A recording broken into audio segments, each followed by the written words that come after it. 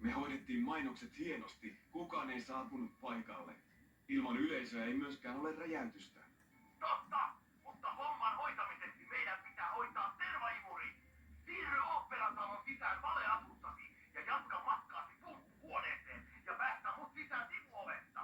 Selvähän se, seniore.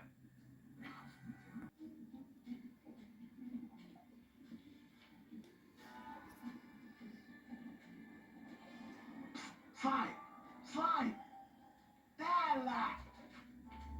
Kiva nähdä, Kamu. Meidän pitää toimia nopeasti, sillä esitys on jo alkamassa. Ovatko pommit valmiina? Kun tuhoaa kaikki 6 tervaputkea, imurin imuvoiman pitäisi vähentyä. Kuule, jos vartijat kuulevat pommit, mä hoidan tappelemisen. Keskity sä noihin tervaputkiin. Me ei voida viivytellä. Tuo se on! Yksissä on ilotuitekätköstä juhlia varten.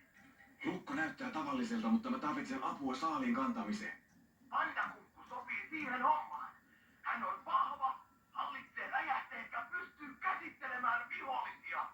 Kun saamme tarpeeksi ilotulitteita, hän pystyy räjäyttämään vampyyrihaudan taivaan tuuliin. Kuule, Bentley, mä tiedän, että sä uskot häneen, mutta mä en luota vielä. Vaihtoehtoja ei ole. Hän on ainoa, joka siihen pystyy. Mä haen hänet ja lähetän sun luokse.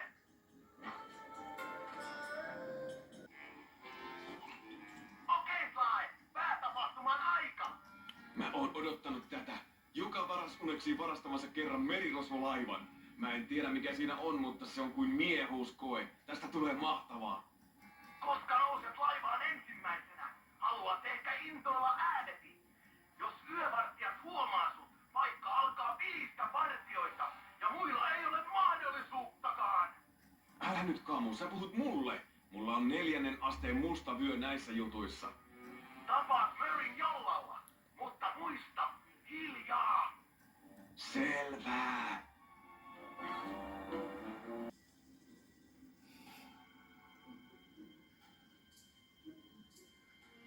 Ahoi!